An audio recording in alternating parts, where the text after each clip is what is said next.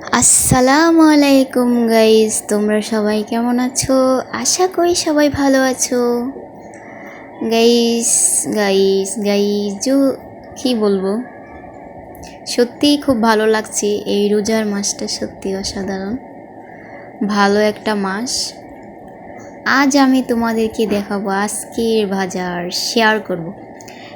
এই দেখো, আমি এখানে টমেটো নিয়ে নিয়েছি।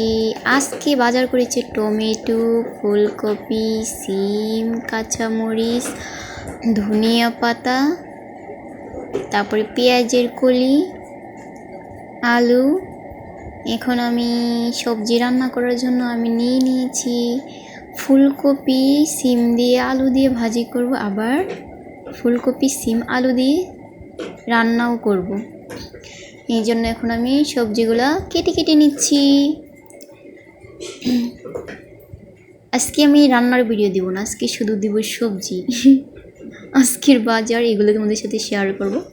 এই দেখো, কাঁচামরিচ, পেঁয়াজ, তারপরে টমেটো, এইগুলো আমি ভালো করে ধুয়ে এখন আমি কেটে নিব।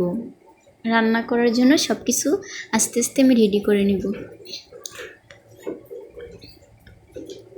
গাইস, আমি তো এখন লাইভ করতে পারি না, কারণ রোজার মাস, সময় পাই না।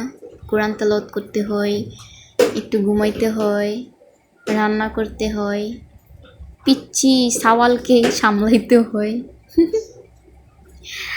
এই দেখো, আমার পেঁয়াজ কাটা হয়ে গিয়েছে, এখন ধনিয়া পাতাগুলো কেটে নিব।